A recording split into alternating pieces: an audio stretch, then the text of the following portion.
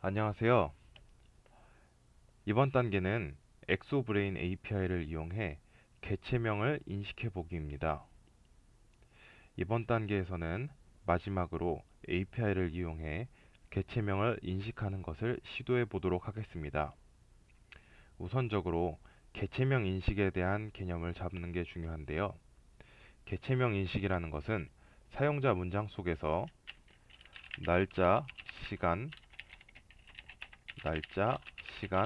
장소 같은 정보를 추출해서 어떤 것은 날짜다, 어떤 부분은 장소다, 어떤 것은 시간이다라고 이름표를 붙여주는 것을 라벨링 한다고 합니다.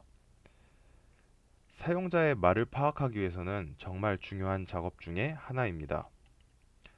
하나의 예를 들어 서울역에서 6시에 만나자 라는 문장을 사용자가 보냈습니다.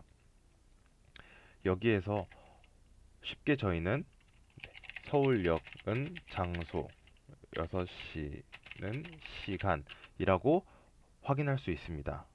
하지만 이런 학습이 제대로 되지 않았을 경우에는 서울역을 장소로 인식하지 못하고 서울, 장소라고 인식하는 일들이 발생할 수 있습니다. 이것은 날짜, 시간, 장소 같은 이런 영역뿐만 아니라 다양한 영역에서도 일어나게 되는데요.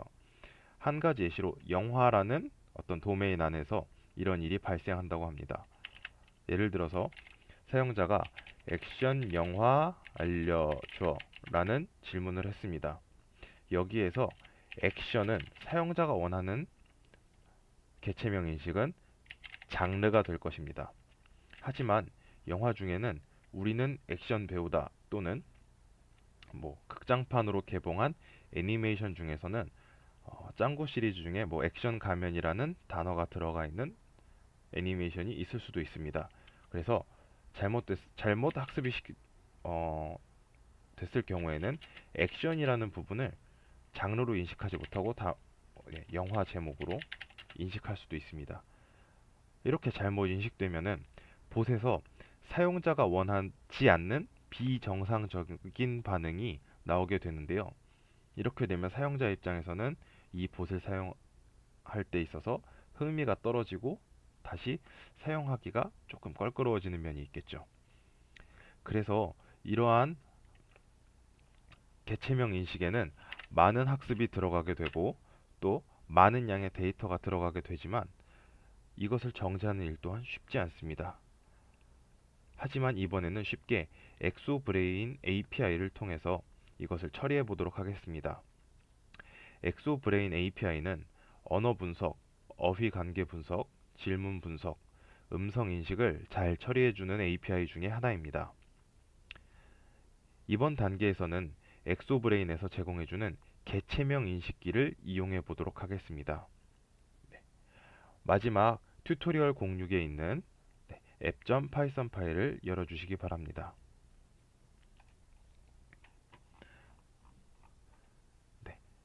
app.python 파일에 일단 새로 추가된 부분을 보도록 하겠습니다.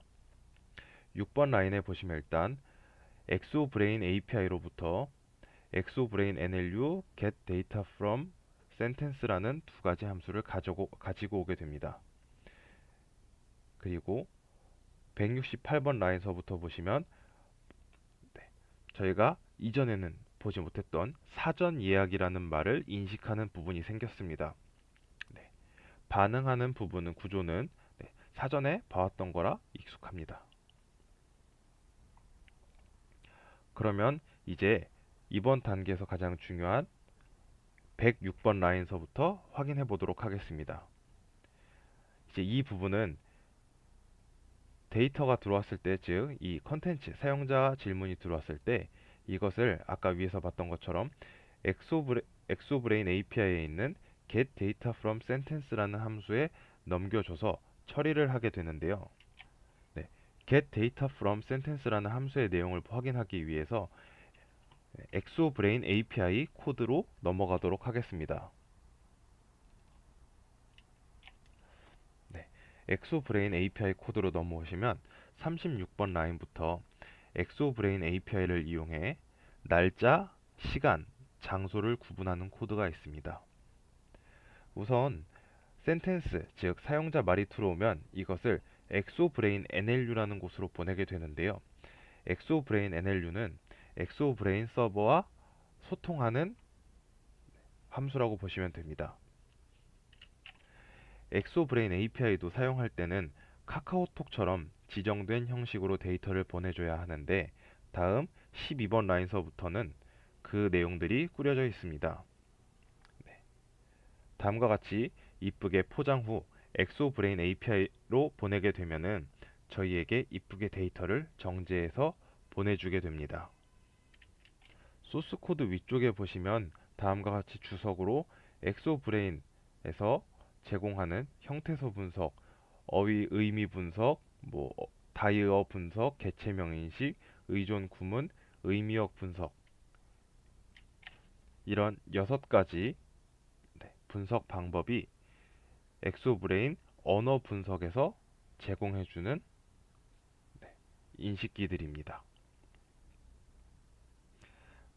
이제 데이터를 받아서 그것을 말리스트라는 변수에 넣어줍니다. 그리고 API에서 이쁘게 처리해준 개체명을 이제 저희가 45번 라인에서 그 개체명을 가지고 예를 들어서 개체명이 DT다 그러면 날짜, TI다 그러면 시간, LC다 그러면 장소라고 해서 날짜, 시간, 장소만 추출해서 이번 단계에 사용을 하게 됩니다. 추출한 내용들을 키워드셋에 넣어서 리턴해 주게 되면은 앱.py에서 사전 예약 단계에서 텍스트 형식으로 데이터를 받아 들어왔던 질문에 사용자에게서 텍스트 형식으로 들어왔던 질문에서 예약 날짜, 시간, 장소 정보를 다시 한번